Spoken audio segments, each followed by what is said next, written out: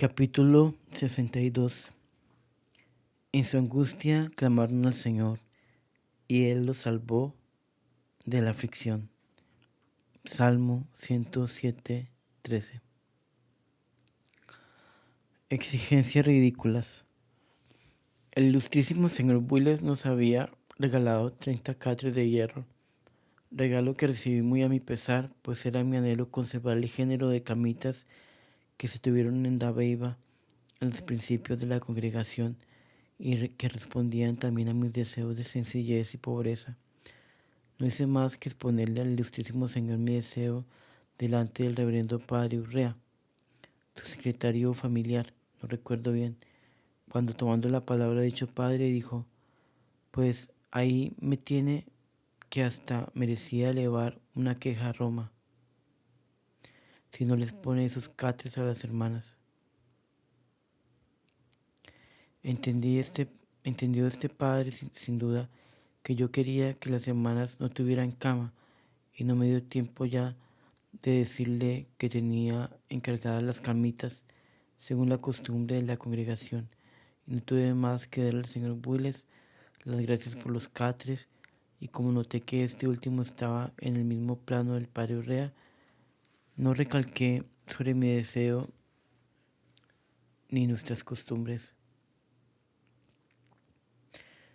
Usamos en San Pedro los catres y lo vi bien, renunciando en ello a la inclinación de mi alma, que no ha dejado de desear que la costumbre de aquellas camitas primeras, sencillas y pobres, fueran las nuestras para siempre.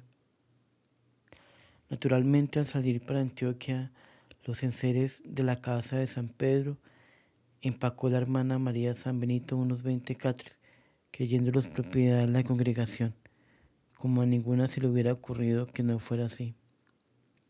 Como no cesaba, aunque ya con algún disimulo, la vigilancia de los padres del juniorato, parece que estos le comunicaron al ilustrísimo señor obispo la salida de estos catres. Inmediatamente me reclamó por telégrafo y circuló por doquiera esto como si se hubiera hecho un robo.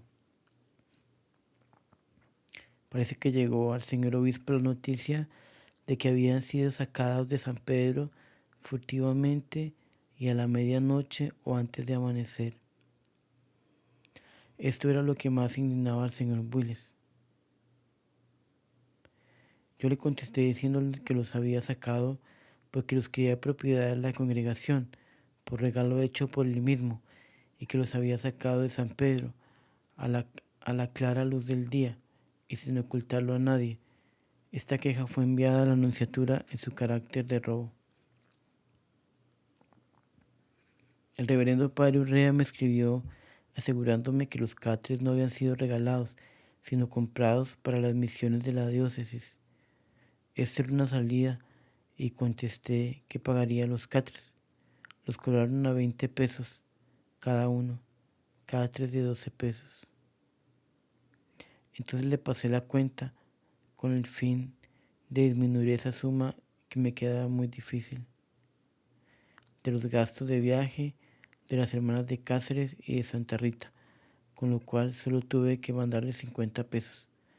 No obstante, haberle mostrado y consultado al doctor Elorza sobre la carta en la que me constituyó deudora. Les pareció poco comedida en Santa Rosa. El reverendo padre Urrea me envió un regaño que le agradecí naturalmente. Al fin, todas las postulantes, que eran 20, fueron llegando a Antioquia por tanditas. Y era de ver cómo salían de San Pedro, por temor de que los reverendos padres eudistas, colocados en la azotea como en torre de vigía, las vieran salir de la casa de San Pedro y dieran cuentas al señor Builes, quien, aunque no tenía ningún derecho a impedirlo, según los cánones, sí era muy capaz de hacerlos. Se iban desde la víspera para una finiquita que teníamos cerca del monte, y allí dormían como podían, para no madrugarse por dentro del rastrojo para salir al camino real y llegar a Medellín a pie, en donde aguardaban las bestias para seguir a Antioquia, que era cuestión de 3 días de camino. Entonces Carmelita las hospedaba con caridad asombrosa y les arreglaba el viaje, con alguno de los indecitos de San Pedro. Todas, sin haberse puesto de acuerdo, resultaban rezando el Magníficat al pasar el Cauca, límite de las dos diócesis. ¿Cuál era la alegría que allí sentían? Solo podrá decirlo quien la haya sentido. Se veían ya en manos de un ordinario que las acogía y las amaba, y lejos de la jurisdicción de uno que quiso despedazarlas y acabar con la congregación amada. Formación de un nuevo noviciado en Antioquia. De acuerdo con los sagrados cánones, se determinó fundar un nuevo noviciado con el fin de dejar que el de San Pedro se terminara por consunción, ya que no había sido posible conseguir la licencia para levantarlo. Entonces acababan de ser consagradas las diócesis de Antioquia y Jericó al Inmaculado Corazón de María, y nos quedaba muy al colmo dedicarle este nuevo noviciado al corazón de nuestra Reina Inmaculada, si bien no dejamos de sentir que al Sagrado Corazón de Jesús se le acabara su noviciado, en el cual ya se habían formado las primeras hermanas. El señor Buile sin duda conoció nuestra intención de dejarle consumir el noviciado. Por su parte, mostró el más absoluto desprecio, sin volver a pensar en darles el Santísimo, ni sacerdote ni nada, pero tampoco daba la licencia para levantarlo. Lo indispensable, como era indicar quién presenciaría los votos, lo cumplía encargando al padre Tamayo, el sacerdote anciano y embotado por el alcohol de que he hablado.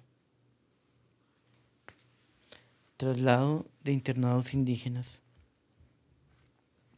El internado de los niños permanecía en San Pedro, pero no tardamos en advertir que se pretendía arrebatárnoslo, y pensé en traerlo, pero no me había resuelto completamente cuando un incidente curioso realizó la levantada de él. Julio Domicó, uno de los indicitos del internado, muchacho de unos 14 años de edad, vino como expreso de las hermanas a traer relación de lo que había ocurrido en San Pedro, y me oyó decir que había peligro de que los entregaran a otras hermanas, y sin enterarse de nada, se fue a San Pedro y le dijo a las hermanas: yo vengo de parte de la madre a llevar todo un muchacho para Antioquia, porque un parecito va a entregar nosotros a monjas diferentes. Las hermanas no dudaron de ese recado, porque entonces de nada malo se duda, y les arreglaron sus morralitos con algún fiambrecito, y en 2 días vinieron a Antioquia como en comunidad bajo las órdenes de Julio. ¿Cuál sería mi sorpresa al verlos allí sin tener el lugar donde colocarlos? Dios mío. Por fortuna ya la catedral nos había prestado la casa que se llama de la contaduría, y allí en los corredores, como en cuartel, se acomodaron. Pero no fue este el único apretón violento.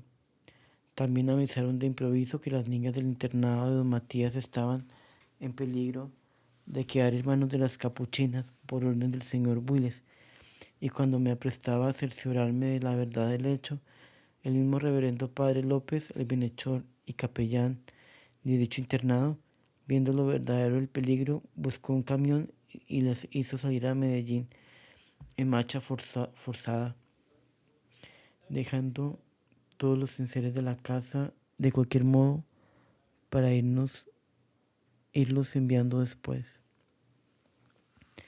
Cuando lo supe, ya las niñas estaban en Medellín con Carmelita, que les abrió los brazos con delicadeza especial. Traer a aquellas niñas era cosa más difícil que lo que fue el traslado de los niños, pero por barcaditas de 2 o 3 bestias fueron viniendo, como derrotadas, con supremo dolor de dejar a don Matías, en donde habían soñado vivir y donde se les miró siempre como a hijitas muy queridas del pueblo. Al contrario, de otras poblaciones menos nobles que miran a los pobres indios como animales raros, dignos de todo el desprecio y el maltrato posible.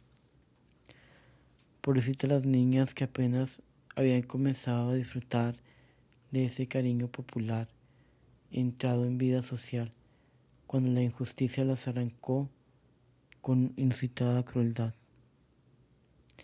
Después estas pobres niñas solo gozan cuando hacen reminiscencias de aquella época, pero acaban llorando.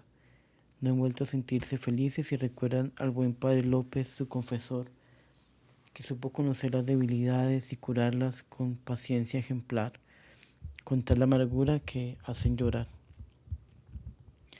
Qué suerte la de los pobres salvajes, aun después de caer en los brazos de Dios, quieren arrancarlos, cual si la felicidad tan relativa y mezquina de esos pobres estorbara la de otros.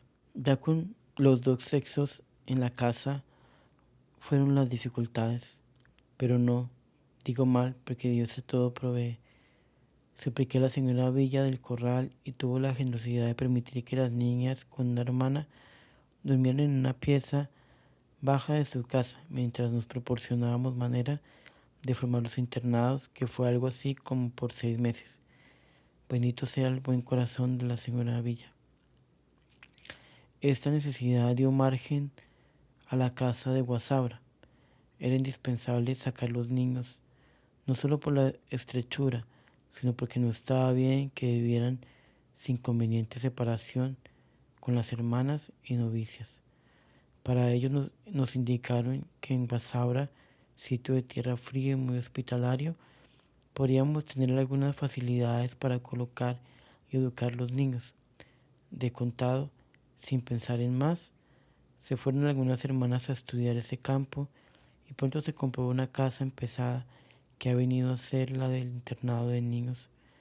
Pero como la construcción tardaba, don Juan Evangelista Restrepo y el señor cura nos prestaron la casa cural, en donde permaneció el internado hasta concluir la casa propia, es decir, por espacio de 2 años más. Pero es preciso dejar constancia de que no pensé, ni lo pensó el doctor Elorza, ni el señor vicario que conocieron la empresa, en solicitar licencia del ordinario, cosa indispensable, porque al ser manejado el internado por religiosas, resultaba casa religiosa.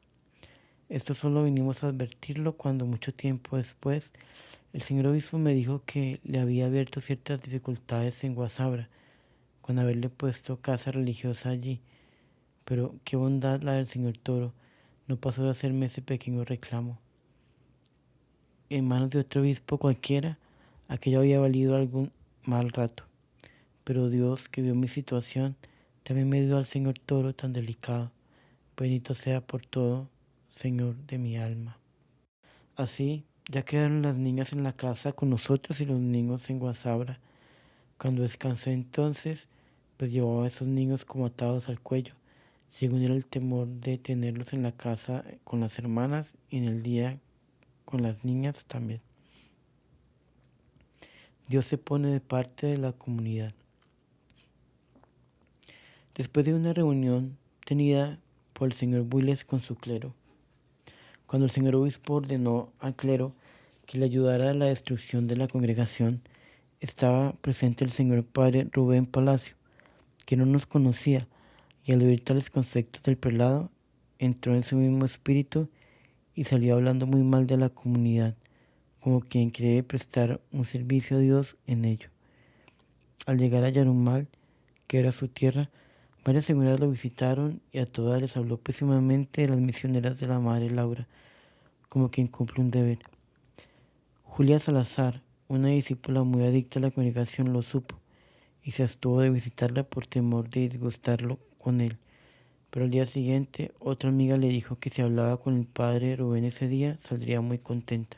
Picada por la curiosidad, se fue a visitarlo y desde luego le refirió cómo aquella noche, después de haber hablado todo el día muy mal de las misioneras, sus amigas, se había retirado a su pieza y se había sentado en una silla a fumarse un hueso cigarrillo, antes de acostarse teniendo la luz encendida, y que de pronto vio que por la puerta de su pieza que daba al interior de la casa, entraba una religiosa muy seria con hábito blanco, escapulario azul, con una escofieta como rizadita, un velo blanco y con Santo Cristo, camándula y otra cosita como una botellita colgando de la cintura, y que en el pecho llevaba en plata un monograma y cerca al brazo una imagencita de la Santísima Virgen, que él se quedó viéndola y esperando que le hablara, pero que ella muy seria lo había mirado, le había pasado por delante para salir por la puerta que daba a la calle. Cuando acababa esta de salir, miró hacia la puerta interior y venía un grupo de muchas religiosas iguales y pasaron como la primera. De este modo, siguieron saliendo grupos y grupos, hasta que ya estaba asustándose y dejaron de pasar. Entonces observó que el cigarro que se fumaba se le había acabado hasta el punto de quemarle la boca, de donde no lo había movido por un muy absorto que estaba en las mojitas. Y agregó el reverendo padre que les había referido eso por la mañana a los de su casa y que le habían dicho que así vestían las misioneras de la madre Laura, con lo cual le había quedado asustado y resultó no hablar ya mal de ellas, porque si iban a ser tantas como las que vio pasar, se iban a extender por todo el mundo y tenía que ser cosa de Dios. Agregó que era necesario pedir por el señor Bulles. En este hecho que vine a conocer muy tarde, se ve como Dios al mismo señor Bulles le dio buenos avisos, porque naturalmente que este padre le dio a conocer a su prelado el hecho. Además, para nosotras eso significa que Dios nos defendía de modo sobrenatural. Es necesario también advertir que como la imagencita de la Santísima Virgen que el reverendo padre les dio a las monjitas de su misión, es la insignia de los votos perpetuos. Todavía no la llevábamos porque se estaban haciendo apenas y nadie lo sabía. Es pues objeto de mucha estima para nosotras porque se dignó Dios aprobar la elección, haciéndola conocer antes de usarla, como quien da su aprobación a la insignia que tanto nos hizo pensar, sin saber si poner anillo como las demás comunidades o esta imagen. Dejaste comprender, Señora de mi vida, tu buena voluntad de estar al brazo de tus misioneritas. Bendita seas para siempre. Se levantan algunas casas de la diócesis de Santa Rosa. Pasado varios meses el noviciado de San Pedro quedó reducido a 4 novicias y su maestra. Dios quiso que por ese tiempo se le presentara al señor Bulles la oportunidad de vender esa casa, la que ocupaba el noviciado, y entonces ordenó que sacara las pocas novicias que había y que entregara la llave al señor cura de San Pedro.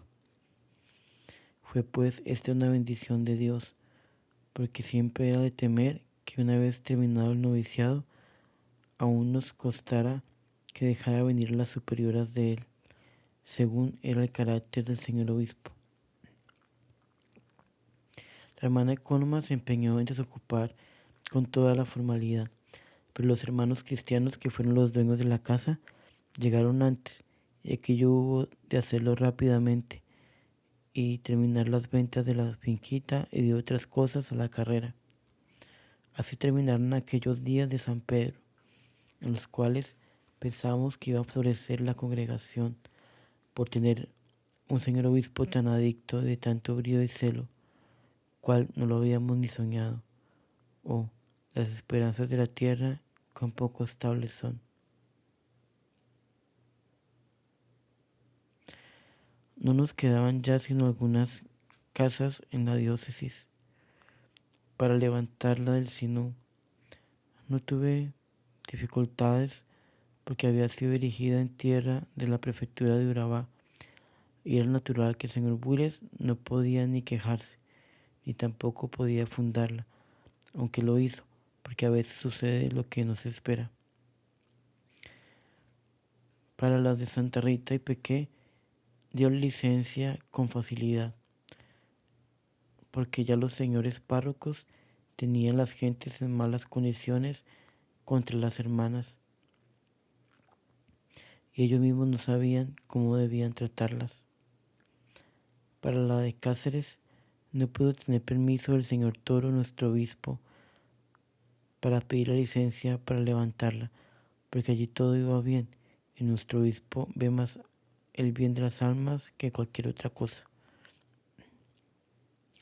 De donde resulta que, después de todo, tenemos una casa en la diócesis, porque después no ha habido medio de sacar el permiso al señor Builes y no queremos hacer nada que no sea conforme a los cánones, a fin de que él no tenga nada verdadero en que apoyar sus acusaciones a Roma.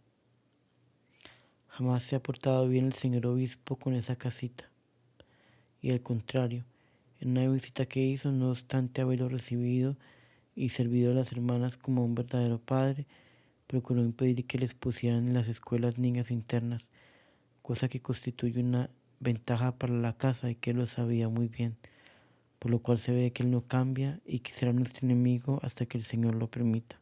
Sin embargo, la casa de Cáceres es siempre una gran dificultad para la congregación, toda vez que todos los ordinarios han de dar comendaticia para el asunto de conseguir el decreto laudatorio y el señor Builes no la dará, que sea lo que Dios quiera.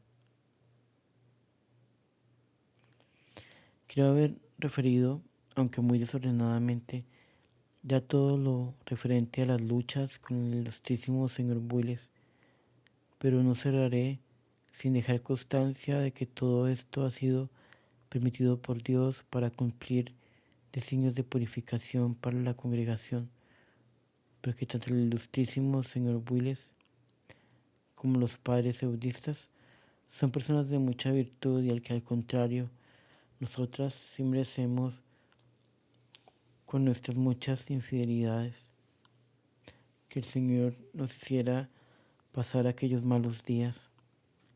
Esto lo sabes, Señor, de mi vida mejor que yo, y así te pido que lo hagas comprender a cuantos lean esta historia, que solo escribo por obediencia y con el deseo de que seas glorificado en todo. Llega el padre Joaquín Emilio Gómez como visitador apostólico. Desprendida ya de Santa Rosa y calmadas un poco las cosas, pensamos en ver cómo nos instalábamos mejor en Antioquia, y ya se trataba de conseguir otra casa para separar el noviciado de la casa de profesas, cuando nos anunció Monseñor Toro que llegaba un visitador apostólico, enviado por el excelentísimo señor Nuncio, a enterarse bien de lo ocurrido en San Pedro y en Santa Rosa. Nos aprestamos a recibirlo lo mejor que pudimos y efectivamente teníamos la casi completa seguridad de que redundaría aquello en favor de la congregación. Pero vuelvo a repetir, a veces sale lo que no se espera, como lo dice Marroquín en su perrilla. El visitador era un jesuita insigne ya por sus virtudes y saber, el reverendo padre Joaquín Emilio Gómez, perteneciente entonces a la casa de jesuitas de San Bartolomé en Bogotá. Este señor visitador se presentó con mucha amabilidad y habló separadamente con todas las superioras y hermanas. Se dio cuenta de todo lo de San Pedro y cuando lo refería a lo ocurrido con toda la verdad, sorprendido me dijo: ¿no es verdad que quizás la historia no registra otro hecho más cruel y más terrible? Si fuera una persecución liberal se entiende, pero esto es inusitado y terrible.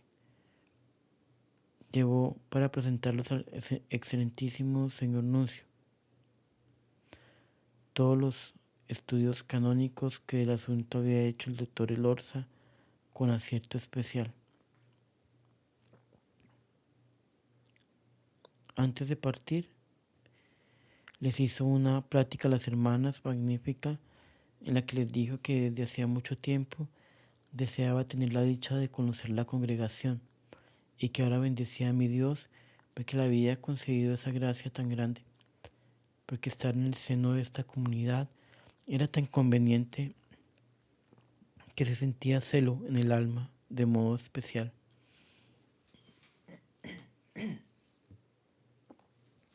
En fin, nada dejaba comprender que él no quedara más que satisfecho, si cabe, Se le advirtió que estaban juntas las profesas y novicias, solo transitoriamente, y por la necesidad imperiosa que había habido, pero que pronto se separaría.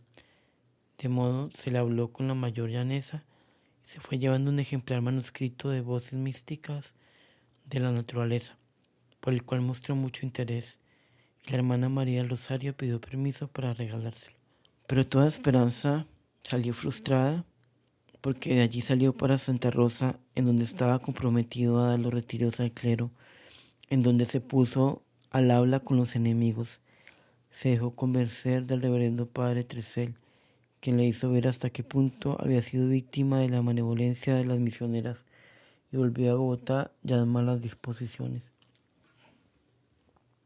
Y esto que podría ser explicable sin suponer en el reverendo padre ningún sentimiento doloroso, no lo es, porque aquí ya conocía esos mismos hechos con documentos fidedignos y muy comprobados.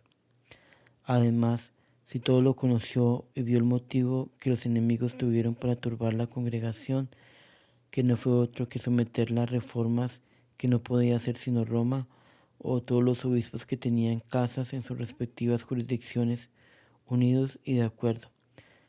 ¿Cómo pudo darle la razón, siendo que ellos no negaron el motivo, sino que simplemente le hablaron de la soberbia y demás irrespetos que ellos fingieron para excusar sus atropellos? Repito, esto es raro y solo se explica por un querer de Dios para mayor purificarnos. Fue el visitador a Bogotá y nada sabemos de lo que diría el señor nuncio, pero sí puedo asegurarse que no fue bueno, porque un tiempo después se presentó el doctor Elorza en la nunciatura y hablando de la documentación llevada por el visitador, le dijo al excelentísimo señor nuncio que la tenía, pero que voluntariamente había procurado no tener tiempo para leerla. A otra persona le dijo que él no sabía que tenía noviciado con la casa de profesas, de donde se deduce que el reverendo padre Gómez fue cuchillo para la pobre congregación. Con esta visita terminó el asunto de Santa Rosa y San Pedro. Quedamos definitivamente con el señor Toro, si bien con alguna duda de permanecer siempre, porque si la diócesis de Antioquia no queda rehabilitada y separada de la de Jericó, no será posible que la casa generalicia y el noviciado perduren aquí. Noche profética. Olvidé referir que recién venida a Antioquia, es decir, en julio de 1927, como para mostrarme el Señor cómo asistía a mi alma, volví a tener una de esas noches que llamó proféticas, no sé si con razón o sin ella. Mientras dormía estaba pasando una nueva persecución, tan terrible que me producía opresión física casi espantosa y espiritualmente un deshacimiento tal que me parecía quedar liquidada a su impulso. Este deshacimiento de todo lo creado era tan absoluto que era como un despojo de todo lo pasado, lo presente y lo porvenir. Con nada, absolutamente con nada, contaba y parecía que este deshacimiento, en medio de una persecución que me produciría la última confusión, dejaba mi alma en tal desnudez que solo la cubría como una nubecilla vaporosa cuyo sentido me era profundamente grabado en el alma, creador y redentor mío. Esta especie de velo que formaba con estas palabras parece que me confortaba. En este estado de padecimiento y deshacimiento tan penetrante y de conocimiento tan abstracto de estas palabras que jamás podría expresar la lengua humana, era mi única posesión. Pero esa posesión, aunque me aniquilaba, era Dios, y no de cualquier modo, sino mi Dios. De esta misma agonía y deshacimiento me vino un conocimiento claro de lo que las tres divinas personas son para el alma. Me parecía que nadaba en ellas. Como Padre mío, dar una idea de lo que estas tres divinas amigas son para el alma.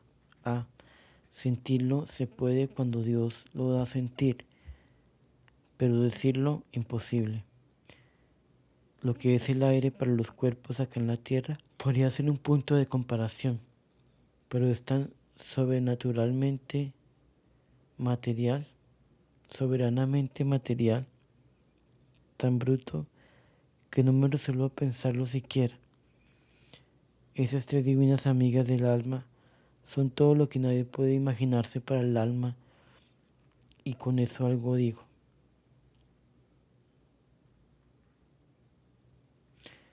Dios mío, ¿qué hacéis sentir estas cosas a quien es tan poco apto, que ni sabe agradecer, ni sabe expresar, ni aprovechar? Comprendí en esta noche de que hablo que esta persecución cuyo sentimiento tuve tan vivo sería la última de mi vida y que en ella quedaría derrotada de mis enemigos, pero no conocí de modo claro si esa derrota sería mía solamente o si es la congregación. Quiero que mía solamente. Además, el sentimiento de unión con las tres divinas personas que no me daba consuelo sino bajo el velo formado por las palabras Creador y Redentor mío, y no como consuelo sino como amparo. Era probablemente independiente del sueño y lo comprendía bien. Ahora, después de exponer esto, ¿qué debo decir, Padre mío? Solo que no sé cómo quedé viva, según el impulso del dolor y el apretamiento del alma aquella noche, y que después no sé cómo volví a pensar como antes, pues que aquello de que hablo parecía que me cambiaba y perdía de mí y de mi modo de ser, de ver y de sentir. Conocí también en este hecho que la tempestad del señor Willes, en cuyo desarrollo estábamos con la mayor furia, estaba a punto de terminarse. Esto es muy natural porque siempre estas comunicaciones de Dios suelen venir llenas de luces acerca de otros asuntos y dejan también el alma muy iluminada. Esto lo digo por la experiencia de las cosas que el Señor ha querido hacerme sentir a pesar de mi miseria. Mas, al volver a sentirme naturalmente, estaba como debilitada, tan desfallecida, que apenas podía mover el cuerpo y tuve una fuerte avenida de lágrimas amorosas y agradecidas. Como aquello era verdaderamente el pronóstico cierto de una tempestad de dolor y de persecución que se me anticipaba en sus agonías de modo sobrenatural en mi alma. No creí deber callarme y le consulté al doctor Elorza, quien creo que la aprobó y me esforzó para esperar confiada cualquier cosa que Dios quisiera de mí. Inútil es decir que con las palabras del Padre se me acabó cierto miedo que me quedó y como pavor al porvenir. Por lo pronto, tuve también temor de que en esa postrera persecución tuviera parte el señor Toro, pero como nada concreto de la persecución conocí, no hay para qué pensarlo. Antes, al contrario, me complazco en creer que persona tan buena y que tiene tan a raya sus pasiones no le dejará entrar al demonio para que lo meta en un abismo de esos. Si bien hay ocasiones que el hombre obra como inconsciente de algunas cosas, sobre todo cuando se trata de ciertos designios de Dios, pero entonces solo Dios sabrá cuál es su responsabilidad.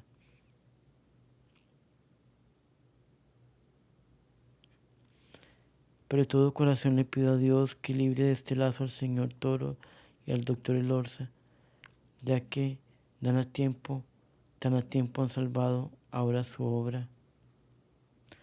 Ponlo, Señor de mi vida, cubierto de las acechanzas del demonio, y que caminen siempre por lo recto del bien y de la santa caridad.